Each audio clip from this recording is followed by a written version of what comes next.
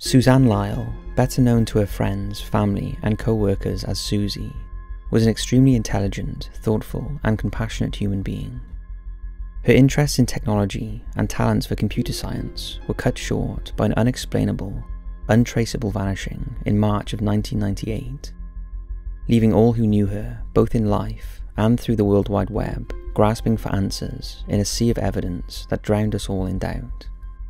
Amateur sleuths and professional investigators have spent the better part of almost 2 decades digging theoretical tunnels and holding magnifying glasses up to anything and everything that might shed that one decisive clue in the ultimate reasons behind Suzy's disappearance. These probes and perusals, combined with assorted observable evidence, have only created headaches more than they've solved questions, leaving the uncracked mystery up for grabs for anyone willing to tackle it. As a hope to provide a more substantial reasoning built upon observable evidence and situational analysis, this is an examination of the disappearance of Suzanne Lyall and the preceding mystery at Collins Circle. This is Cold Case Detective.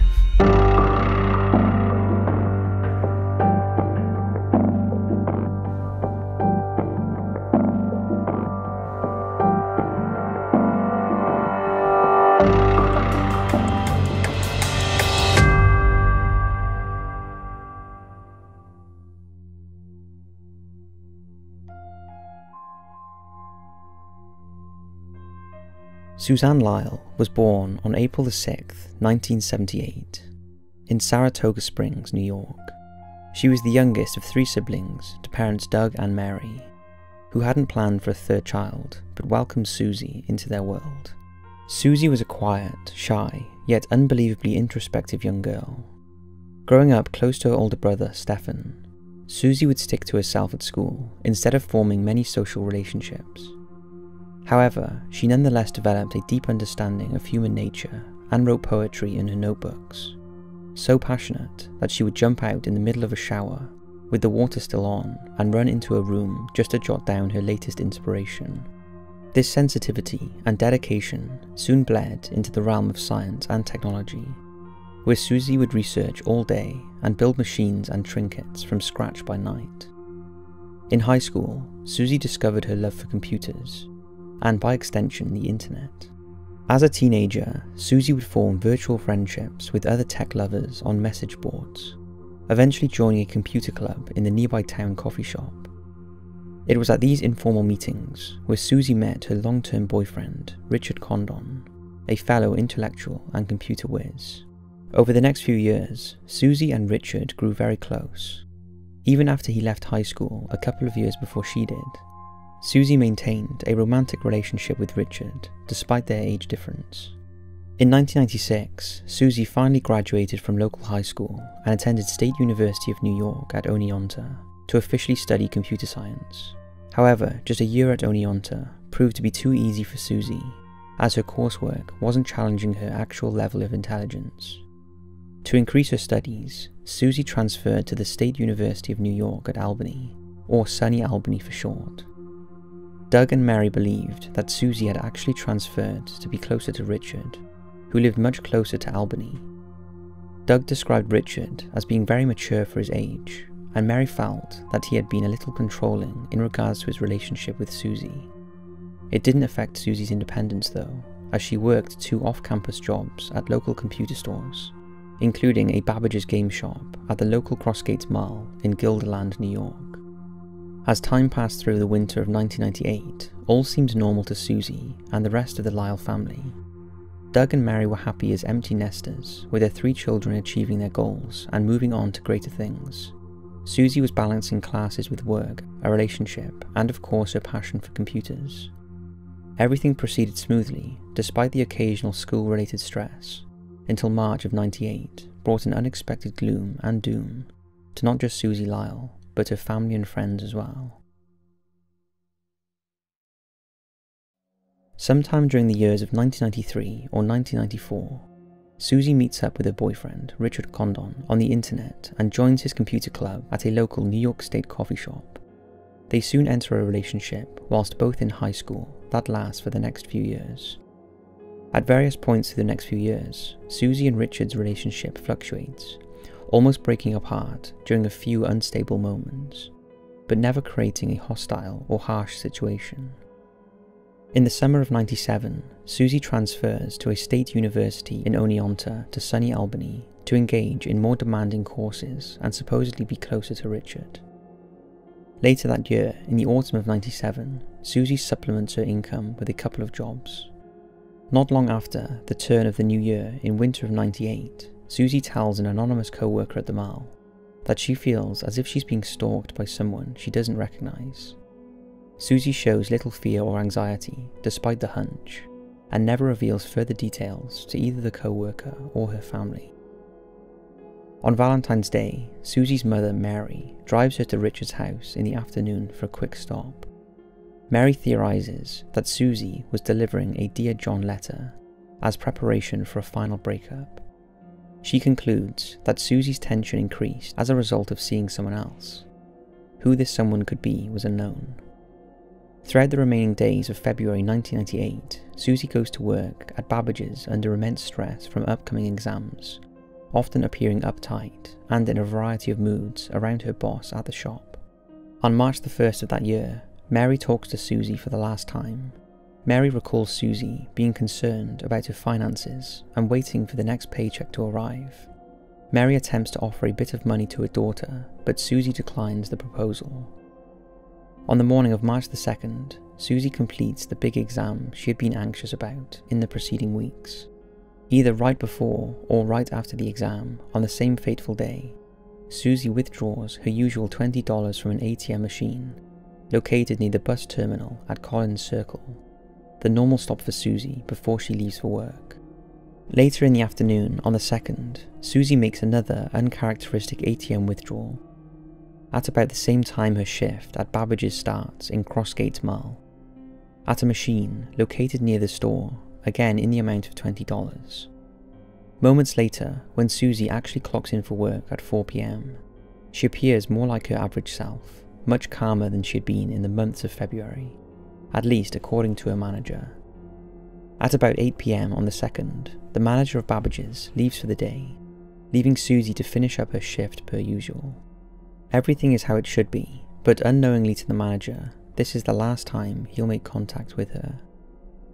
Around an hour later, at 9:20 p.m, a nighttime security guard at the back lot of Crossgates Mall cannot confirm with 100% certainty that he saw Suzanne Lyall leave the store, but does mention that nothing was out of the ordinary, even though the employee exit area was poorly lit.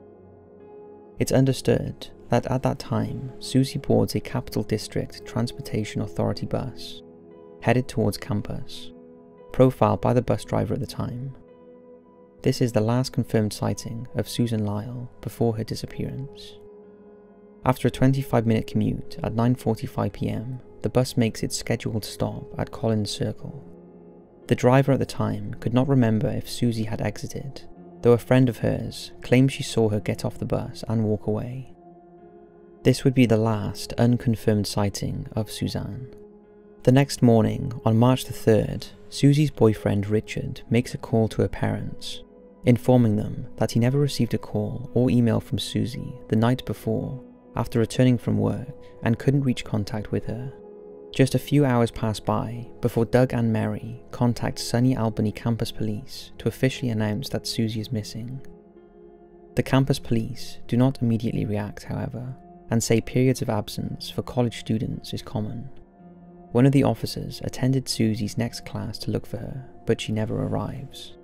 At 4 p.m. on March the 3rd, Mary has the idea to call Suzy's bank and inquire about her spending history. The bank reveals that Suzy's bank account had been accessed at an undisclosed ATM machine mere minutes before Mary's phone call. The amount taken was Suzy's normal withdrawal of $20, but the location wouldn't be known until the next day.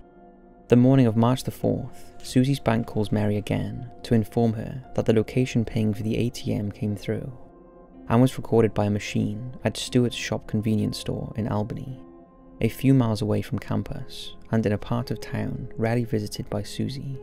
When the mail arrives later on March the 4th, Mary Lyall discovers a birthday card from none other than Suzy herself. It seems like a normal gesture, but the timing is certainly peculiar and a bit unsettling, as Suzy included a note that said, "See you soon," inside the card. On March the 5th, after attending another one of Suzy's classes, in which she was unaccounted for, the case had become an anomaly compared to most missing college student profiles, and called the New York State Police to assist in the impending search. In the following weeks, during heavy police investigation, Richard Condon is interviewed, but quickly understood as innocent. Richard provides an alibi for the night of March the 2nd, in which he was playing video games with another friend. Police also interview the bus driver on Suzy's route to and from work, who says he remembered Suzy get on the bus in the evening, and was for certain she didn't get off at the last stop at night, but wasn't sure if she did indeed exit the bus at Collins Circle. A few weeks of analysis of the ATM withdrawal also lead police to unrelated security camera footage of an unidentified man shopping at Stewart's Shop convenience store around the time of Suzy's account usage. The man was wearing a ball cap and jacket, and a sketch of his face was shown to the public, his profile titled "The Nike Man." In May of 1998, authorities discover Suzy's name tag from Babbage's in a parking lot on the Sunny campus, 90 feet from the bus stop.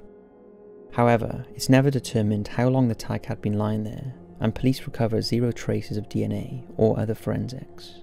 Later that year, the supposed Nike Man from the police sketch comes forward and cooperates with investigators, in which he is interviewed regarding the events of March the 3rd. His story removes any suspicion and is quickly dropped as either a witness or suspect. Despite endless searches and efforts over the next 20 years, no new evidence or leads turn up. The most recent development in the case is in 2016, when Mary Lyall teams up with local experts in detailed underwater mapping after she repeatedly felt odd feelings while driving over the Crescent Bridge on top of Mohawk River. Unfortunately, nothing of significance is reported, and the disappearance of Suzanne Lyall remains cold as of this moment.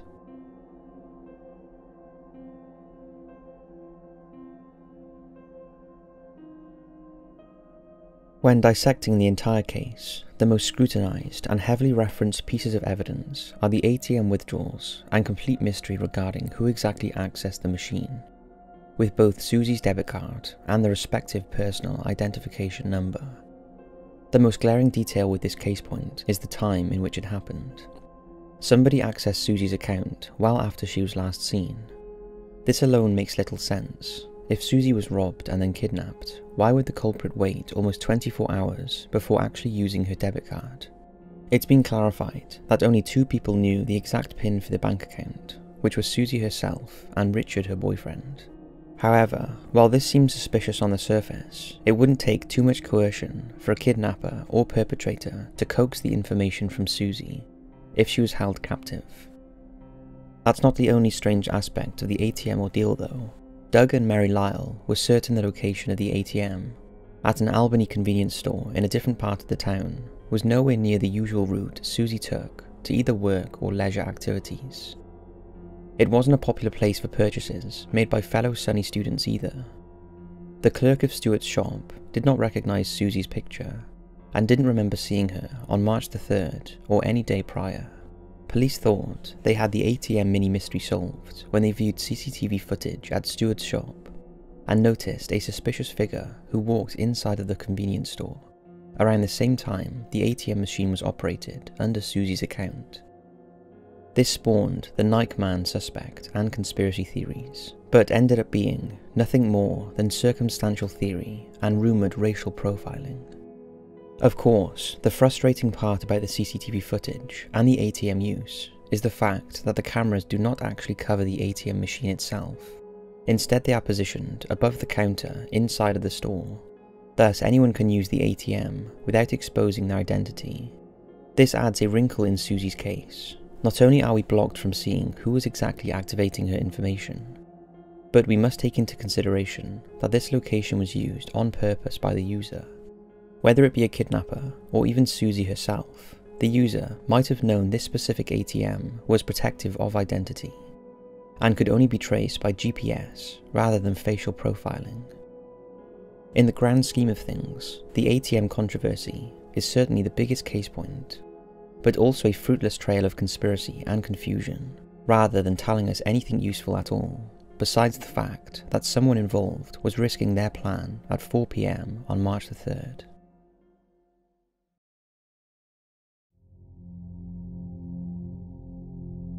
Since the day Suzanne Lyall went missing, the ATM conspiracy sparked up, and her name tag was discovered in the parking lot near Collins Circle.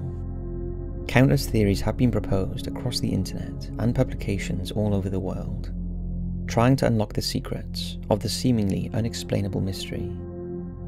The most popular theory centered around Suzy's longtime boyfriend Richard Condon, despite his alibi clearing him of any potential guilt or wrongdoing.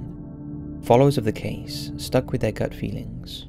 Many pointed out that he was the only other party to have Suzy's bank account PIN in his possession, and would probably be aware of her $20 withdrawal pattern. However, as previously mentioned, anyone could force Suzy to share the PIN under the right circumstances, and it wouldn't make any sense for Richard to leave such an obvious clue behind when people knew he would use the ATM at will. Because so many kidnappings and murders involved two familiar parties, Richard was an easy target due to his close connection with Suzy. They did initially meet over the internet, which immediately drew red flags for Suzy's parents. Doug Lyall described Richard as an incredibly intelligent individual, mature beyond his years, and devoted to he and Suzy's relationship. Mary Lyall thought he was too clingy and a controlling boyfriend, always checking in on Suzy in the evening, and accessing her computer from his own, violating what most would see as an invasion of privacy. In fact, a few internet conspirators proposed that Richard hacked the Stewart's shop ATM from his computer to supposedly throw off investigators. Regardless of Richard's perceived characteristics, Suzy never outwardly complained of his persistence or overbearing personality. Police weren't ever 100% willing to give up on Richard as a suspect though. After a couple months of investigation, and around the time that Nike Man theories went up in flames, police attempted to conduct a second round of interviews with Richard. However, Richard refused this time, citing he wouldn't talk anymore without a lawyer present, and rejected a request to take a lie detector test. Without any actual evidence connecting Richard to Suzy's disappearance, authorities took this as a sign to move on. Yet the same persistent conspirators, both online and in person, viewed Richard's later absence to be a potential admittance of guilt. In rebuttal, it's important to remember that Richard fully cooperated with all questioning in the first time around. Police questioning is not an enjoyable process, and having to deal with a heated interrogation with an already established alibi couldn't have been very helpful to the search anyways. Polygraph tests are also incredibly unreliable and often inaccurate. It would make sense for Richard to fear that his own anxieties and nerves bubbling up during an interview would skew the lie detector test and falsely imply his guilt, a common issue seen in criminal investigations throughout the years. When one thinks about the point in which police went back to Richard, it becomes obvious that after the Nike Man suspect fell through, authorities were desperate for a concrete lead or new suspect, and figured Richard to be a probable receptor. In the end, Richard maintained his innocence throughout the process, eventually remarried, and moved on from the case entirely.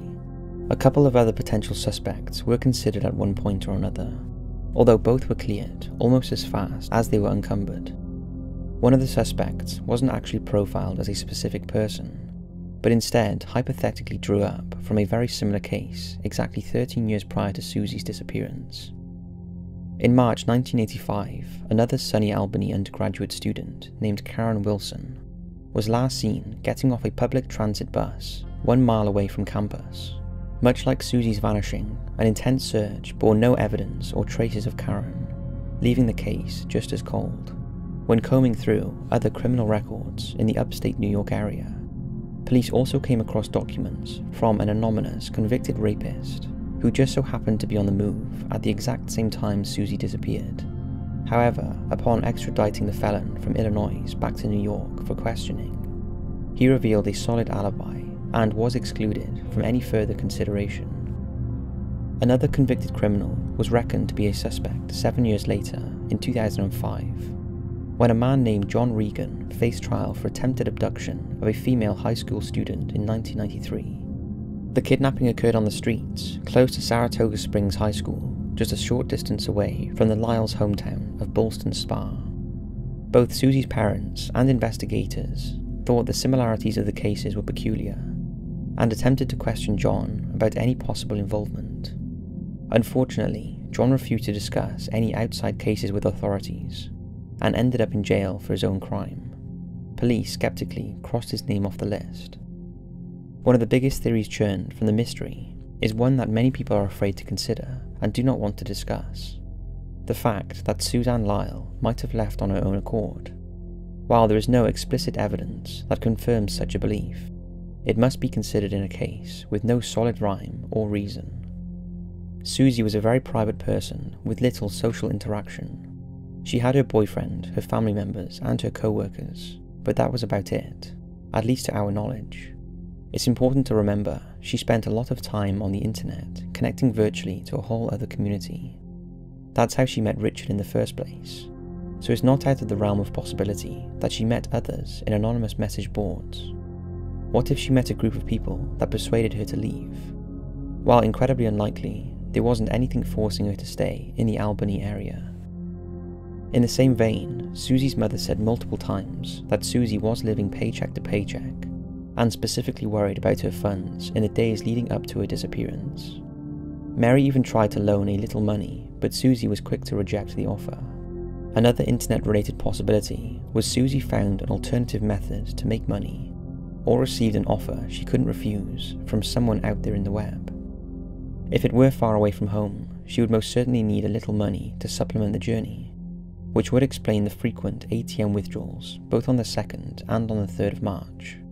Everyone wants to say that someone must have coaxed the account pin from Suzy and used the machine themselves, but because Suzy was one of only 2 people to know the security number, it was Suzy herself to make the withdrawals.